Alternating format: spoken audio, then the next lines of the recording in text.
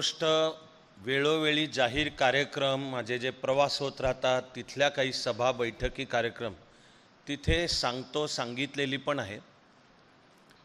आपल्यापैकी जर यूट्यूबवर माझ्याबरोबर असाल, म्हणजे चाणक्य मंडलचा चॅनल, तर तुमच्यातल्या काही जणांनी ती गोष्ट ऐकलेली असणं पण शक्य आहे. तरीसुद्धा मला माहिती आहे की हे व्यासपीठ, तर हे व्यासपीठ म्हणजे समोर चाणक्य मंडलचे सर्व विद्यार्थी आहेत.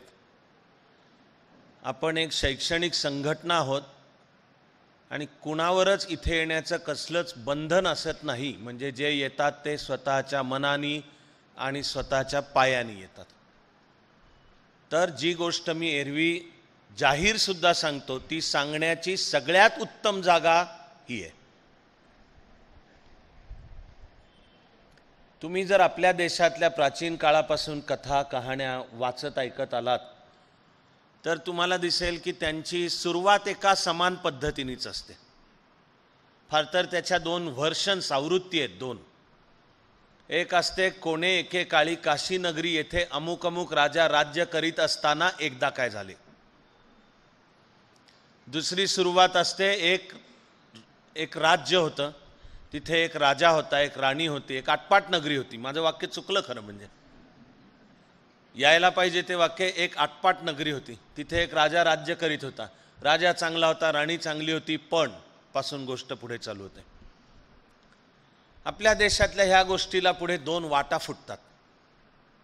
एक वाट आहे, एकदा काय झाले, राज्यात दुष्काळ पडला. मला लहानपणापासून या गोष्टी ऐकताना, नंतर वाचताना आणि मग नंतर सांगताना कायम प्रश्न पडलाय की आमच्या प्राचीन काळातल्या लोककथा काढून पाहाव्यात, तर बघावं तेव्हा एकदा काय झाले, राज्यात दुष्काळ पडला. तो का पडतो? का नाही तो आम्ही आमच्या कर्मानी तो दूर करत? पाणी अडवा पाणी जिरवा, पाण्याचा प्रत्येक थेंब. राज्यात दुष्काळ पडला. पण मी तुम्हाला आत्ता गोष्ट सांगतोय ती दुसऱ्या रस्त्याच्या. एक आटपाट नगरी होती, तिथे एक राजा राज्य करीत होता. राजा चांगला होता, राणी चांगली होती, प्रजाजन सुखात होते. पण राजाला एकच दुःख होतं, ते म्हणजे राजाला स्वतःचं, डायरेक्ट स्वतःचं आणि उघडपणे चार चौघात सांगावं असं मूल नव्हतं.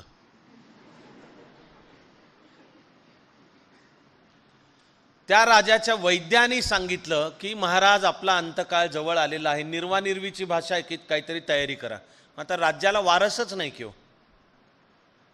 तर मग भारत देशामध्ये हजारो वर्ष चालत आलेली प्रथा आहे, ते म्हणजे घराण्यातले पदर म्हणतात त्याला.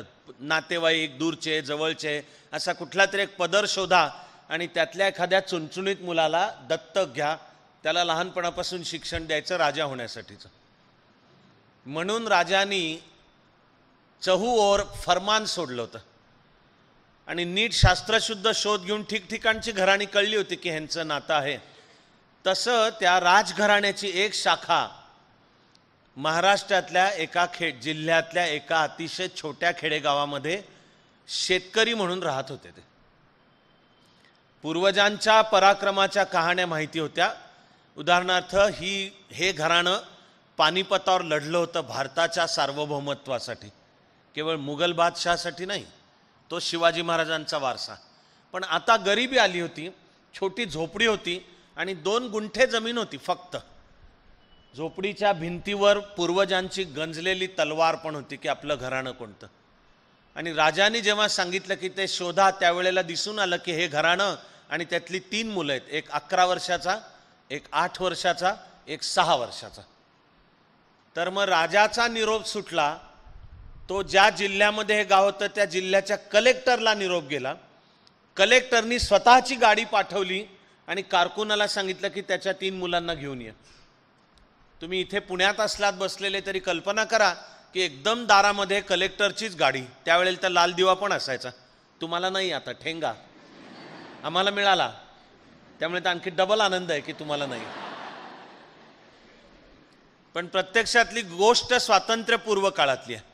म्हणजे तेव्हा तर धसकाच, कारण बहुतेक सगळे कलेक्टर इंग्रज असायचे. आपण आपल्याच कर्तृत्वानी पण पारतंत्र्यामध्ये होतो. दारात एकदम कलेक्टरची गाडी, विचार करा. आजही एखाद्या सामान्य माणसाच्या दारात जर कलेक्टरची गाडी आली, त्याची पहिली प्रतिक्रिया थोडंसं दचकण्याची असते की माझं काही चुकलं का काय, अटक करायला आलेत का काय, खरं म्हणजे आपण टॅक्स तर सगळे भरले तरी कशासाठी आलेले आहेत. खरं म्हणजे विशेषतः स्वातंत्र्यानंतर प्रशासन आणि जनता एकमेकाचे मित्र पाहिजेत. सामान्य जनतेच्या मनामध्ये प्रशासनाबद्दलचा भरवसा वाटायला पाहिजे की मी जर ह्या देशाचा नागरिक या नात्याने सार्वभौम आहे आणि मी सगळे नियम कायदे पाळून जगतो वागतो, तर हे माझे संरक्षक आहेत. आणि धाक असायला पाहिजे तो दुष्टांना, गुन्हेगारांना, 2 नंबरचे धंदे करणाऱ्यांना.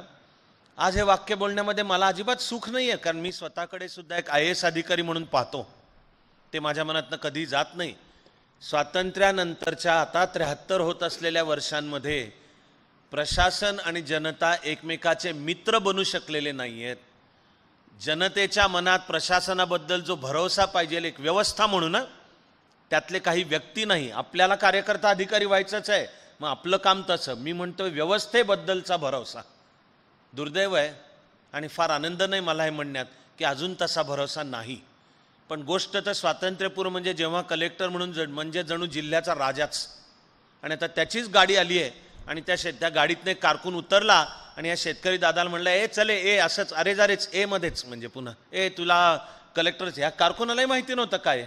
तो फक्त म्हणला तुला कलेक्टर साहेबांनी बोलवलंय, चल तुला आणि तुझ्या 3 पोरांना घेऊन बोलवलंय, तुला करत. आणि पुन्हा आता ह्या शेतकऱ्याच्या पोटात गोळा.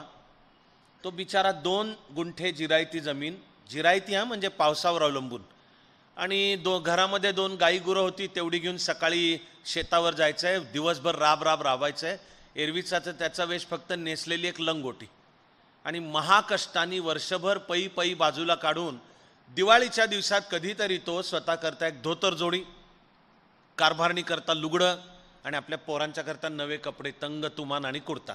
आता एकदम मध्येच केव्हा तरी बोलून बरं ते जायचं ते कलेक्टरकडे, आता अंगावर तरी नीट कपडे नको का. म्हणून त्यांनी शेजाऱ्या पाजाऱ्यांकडनं गावातनं अक्षरशः जरा बरे कपडे आणले, परत देतो म्हणला, परत आलो की आपल्या 3 पोरांना तंग तुमान कुर्ता, ते चुरगाळलेलेच होते पण तसेच घेऊन कलेक्टरच्या ठिकाणी गेले. जिल्ह्याच्या गावी गेल्यावर ह्याला कळलं की आपल्याला जायचं राजाच्याच गावी, आणि नुसतं गावी नाही, राजवाड्यावरच. मी ते गाव पाहिलेलं आहे. आजही भारतामधलं एक असं विलक्षण राजस कमालीचं सुंदर गाव आहे ते. बरं, नुसतं त्या गावाकडला शेतकरी उठायचं आणि डायरेक्ट कुठे, राजवाड्यावरच. आणि ते सुद्धा नुसत्या राजवाड्यावर नाही, राजाने तिथं गेल्यावर त्यांना कळलं की राजाचा अंतकाळ जवळ आलाय, म्हणून दत्तक घेण्यासाठी ह्या घराण्यातल्या वेगवेगळ्या नातेवाईकातल्या जी चुणचुणीत लहान मुलं आहेत त्यातल्या एकाला निवडलं जाणार हे तिथं गेल्यावर कळलं. राजानी मुलाची निवड करायला 5 जणांची समिती नेमली होती. Under the powers conferred upon me bye article 311. हे ब्युरोक्रेसीबद्दलचे आर्टिकल आहेत, सिव्हिल सर्व्हिसबद्दलचे आर्टिकल आहेत. तर 5 जणांची समिती होती, कारभारी, दिवाणजी, प्रधानजी, सेनापती आणि मुनीम. तर ह्या आपण बसलो, ह्याच्या एक चौपट आकाराचा हॉल आहे की ज्याचे खांब कवेमध्ये येत नाही तेवढे मोठे, सोन्या चांदीच्या पत्र्यांनी लगडलेले, हंड्या झुंबर, म्हणजे वैभवाचं विलक्षण प्रदर्शन. आणि असे ते 5 जण बसलेले. UPSC MPSCचे इंटरव्ह्यू कसे होतात तसे असे 5 जण, आणि एकेका मुलांनी यायचं आणि मग त्याला काहीतरी प्रश्न विचारायचे. आता हे पॅनल येणाऱ्या प्रत्येक मुलाला एक कॉमन प्रश्न विचारत होते, आणि तो प्रश्न होता, काय रे बाळ इथे कशाला आलास.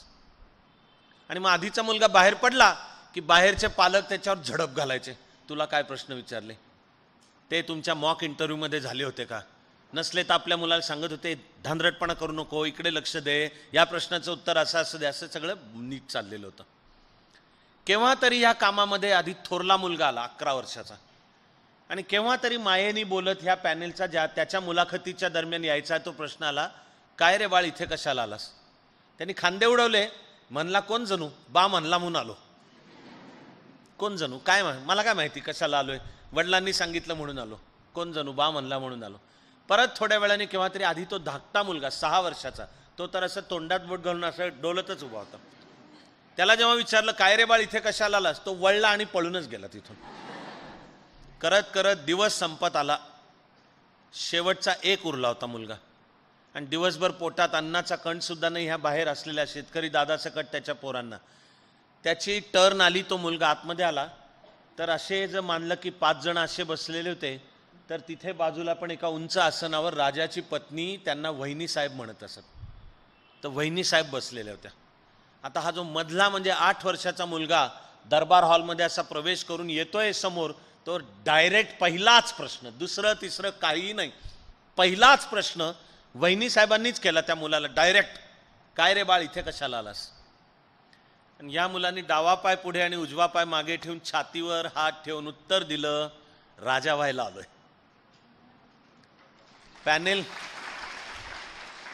पॅनेलनी याच मुलाला निवडलं. आज आपण त्यांना ओळखतो, बडोद्याचे सुप्रसिद्ध सयाजी महाराज गायकवाड, म्हणजे हे शेतकऱ्याचं पोर.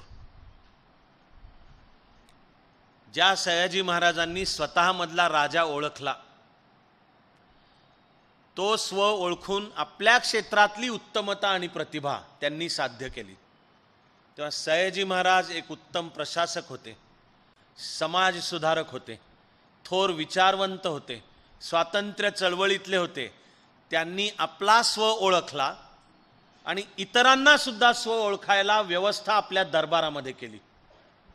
सयाजी महाराजांचा तो दरबार एकाहून एक असामान्य माणसांनी भरलेला होता आणि त्यांच्या सगळ्यामधलं सयाजी महाराजांनी स्वत्व ओळखून आणि त्या प्रत्येकाला त्याचा स्व ओळखायला संधी मिळेल अशी दरबाराची व्यवस्था ठेवली.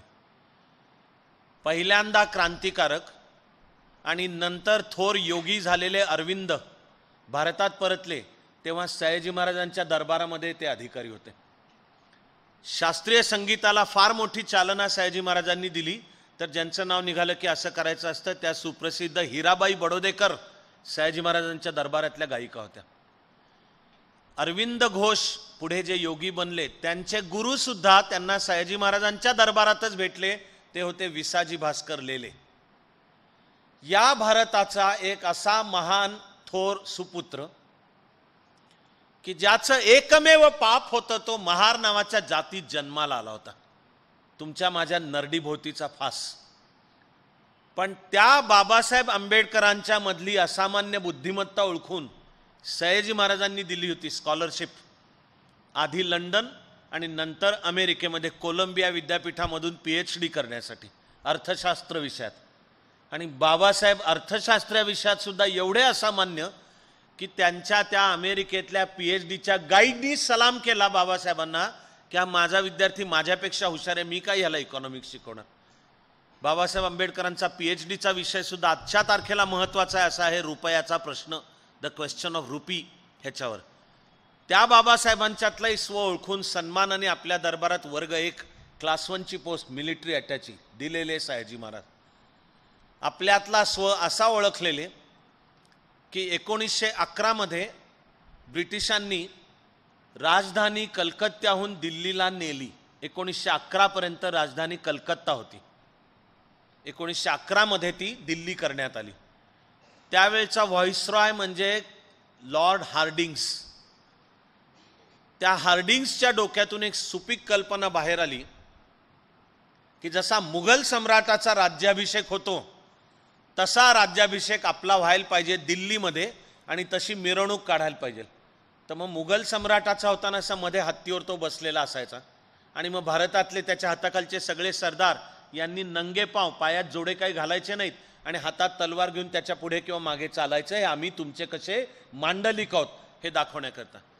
तर हार्डिंगच्या मनात असा विचार आहे, असं पत्र व्हॉइसरॉयच्या ऑफिसवरून सर्व संस्थानिकांना पाठवण्यात आलं होतं. बहुतेक सगळ्या संस्थानिकांनी ह्या कल्पनेबद्दल आनंद व्यक्त करून सांगितलं, फारच छान आहे आणि आम्हाला हा सन्मान हवा आहे की आम्ही पायताण न घालता तुमच्या हत्तीच्या पुढे किंवा मागे हातात नंगी तलवार घेऊन चालू. ही कल्पना नाकारलेला एक राजा म्हणजे सयाजी महाराज. सयाजी महाराजांनी आपला स्वाभिमान बाळगून उत्तर दिलं की आम्ही काय तुमचे मांडलिक नाही आहोत, आमचा तुमच्याशी काही करार आहे, तर तुम्ही स्वतःला जर मुघल बादशाहच्या जागी पाहत असाल आम्हाला मंजूर नाही, तुम्ही असं काही योजलं तरी आम्ही येणार नाही. तर हार्डिंग्सच्या ऑफिसला राग आला, स्वतः व्हॉइसरॉयला पण राग आला आणि म्हणून व्हॉइसरॉयच्या ऑफिसमधनं दम देणारं पत्र आलं सयाजी महाराजांना की तुमच्या उत्तरावर मेहरबान व्हॉइसरॉय नाराज आहेत, तुम्ही हे लक्षात ठेवा की तुमची गादी आमच्या हातात आहे, असं खरमरीत पत्र आलं. ऐकून गप्प ऐकून घेणारे सयाजी महाराज नव्हते, मराठी माणूस. त्यामुळे अशा प्रकारचं गप ऐकून घेणे हा प्रकार नाही. सयाजी महाराजांनी उलटं उत्तर पाठवलं की नाराज झालात तर मुळात आम्हाला पत्र का पाठवलं होतं? तुम्ही अभिप्राय मागितला होता, तुम्ही अभिप्राय मागितला म्हणून दिला आम्ही. सयाजी महाराजांनी लोकमान्य टिळकांनाही मदत केलेली आहे. जो केसरी वाडा म्हणून ओळखला जातो त्याचं मूळचंही नाव आणि आजही उल्लेख होतो तो गायकवाड वाडा आहे. ते म्हणजे सयाजी महाराज आहेत की लोकमान्य टिळक स्वातंत्र्यासाठी प्रयत्न करतायत तर हे माझी तुम्हाला ही देणगी, असा त्यांनी लोकमान्य टिळकांनाही दिला होता. पुढे एक वर्ष आहे की त्यावेळच्या व्हिक्टोरिया राणीची काहीतरी 50 का 60 असतील वर्ष पूर्ण, त्याची डायमंड ज्युबिली काय असेल ती ज्युबिली होती तिच्या राज्यारोहणाची लंडनमध्ये. आणि त्याही वेळेला एक हे निघाला प्रकार की देशातल्या काही निवडक संस्थानिकांना राणीची भेट, म्हणजे त्या राणीची ही जी काही 50 असोत किंवा 60 वर्ष पूर्ण होत आहेत त्याचा कार्यक्रम, आणि त्यावेळेला देशातल्या निवडक संस्थानिकांची थेट राणीशी भेट होईल. तर बाकी सगळ्या संस्थानिकांना प्रचंड आनंद वाटला. लक्षात घ्या त्यावेळी ब्रिटन ही जगाची सुपर पॉवर आहे आणि ब्रिटिश राणी म्हणजे मग ती जगाची जणू राज्यकर्ता आहे, त्यामुळे सगळ्यांना आनंद होता. बरं, त्या राणीच्या भेटीसाठी निवड सयाजी महाराजांची पण झालेली होती. तेव्हा मग एक वेळ अशी आहे की त्या व्हिक्टोरिया राणी ती समोर आणि अशा अर्धगोलामध्ये बाकीचे सगळे संस्थानिकांचे म्हणजे राजे रजवाडे उभे, आणि मग त्या राणीला एकेकाची ओळख करून दिली जात होती. बाकीच्या सर्व संस्थानिकांनी असा वाकून मुजरा केला, भारतीय पद्धत, असा वाकून मुजरा केला. सयाजी महाराजांची जेव्हा ओळखीची वेळ आली तर त्यांनी असा नमस्कार केला, फक्त हात जोडला, नमस्कार केला. तर नंतर त्या राणीच्या ऑफिसनी नाराजी व्यक्त केली आणि सयाजी महाराजांना म्हणले की बाकीच्या सगळ्यांनी मुजरा केला, तुम्ही एकट्याने फक्त नमस्ते केला, तुम्ही मुजरा का नाही केला? सयाजी महाराजांनी दिलेलं उत्तर आहे, आम्ही मुजरा फक्त शिवाजी महाराजांना करतो.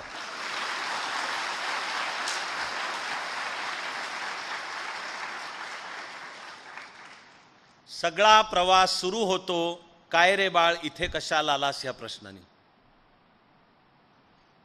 आणि तो काय रे बाळ इथे कशाला आलास हा प्रश्न एकट्या सयाजी महाराजांना नसतो, आपल्याला सुद्धा आहे.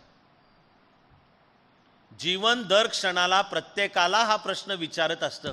कधी आपल्याला तो कळतो तर बहुसंख्य वेळा कळतच नाही. काही वेळा आपल्याला तो प्रश्न ऐकू येतो, पण एरवी काही वेळा ऐकू पण येत नाही की जीवन तुला विचारतंय बाबा रे किंवा बाई ग इथे कशाला आलास. त्या इथे कशाला आलासला अनेक अर्थ आहेत. इथे कशाला आलास म्हणजे आजच्या संध्याकाळी इथे या ठिकाणी या व्याख्यानासाठी कशाला आलास. इथे कशाला आलास म्हणजे मुळात चाणक्य मंडलमध्येच कशाला आलास. इथे कशाला आलास मध्ये जेव्हा केव्हा तुमचे 10वीचे जे काही मार्क असतील त्यानुसार आर्ट्स सायन्स कॉमर्सला कशाला आलास. त्यातल्या सायन्सला असाल तर 12वीला PCB किंवा PCM तुम्ही घेतला असेल ते कशाला घेतलंस. त्यानंतर गेला असाल अनुक्रमे मेडिकल किंवा इंजिनिअरिंगला किंवा BSc केलं असेल. जगण्याच्या प्रत्येक क्षणाला आयुष्य आपल्याला विचारत असतं काय रे बाळ इथे कशाला आलास. या काय रे बाळ इथे कशाला आलास या प्रश्नाचं सगळ्यात महत्त्वाचं रूप आहे जन्मालाच कशाला आलास. ज्या दिवशी हा प्रश्न पडेल मनाला की हे आपण जन्माला आलो, उठतो बसतो खेळतो, सुखाने सुखावतो दुःखाने दुखावतो, यशाने कदाचित हुरळून जातो, अपयशाने खचून, हे काय क्या माजरा आहे की हे सगळं काय हे लफडं, अस्तित्वाचं लफडं धरून चालायचं.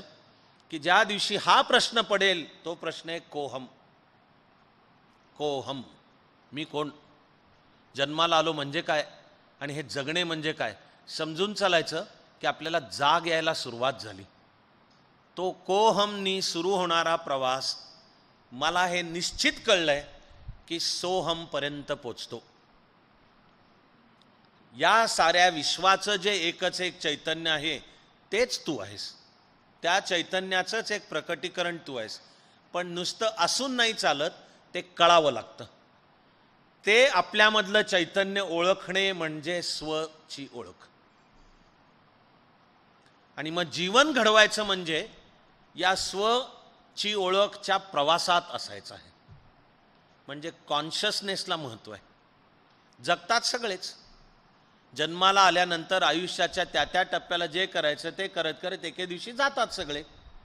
याच्यात तुकारामाच्या एका फार मस्त अभंगामध्ये म्हटलंय, कसा जगला तर जन्माला आला नि हेला घालूनी मेला. हेला म्हणजे येरझाऱ्या, की आला जन्माला पण ठीक आहे, नॉर्मल काय माणूस ते जगतो. आत्ताच्या काळातलं बोलायचं झालं तर साधारण 6 वर्षाचा झाला की शाळेत जातो, यथावकाश पुढच्या वर्गात जात. 10वी म्हणजे केव्हा तरी वयाच्या 16व्या वर्षी 10वी होते, साईड निवडायची असते. 12वी होते, डॉक्टर, इंजिनियर, वकील, पत्रकार काय असेल ते होत होतो.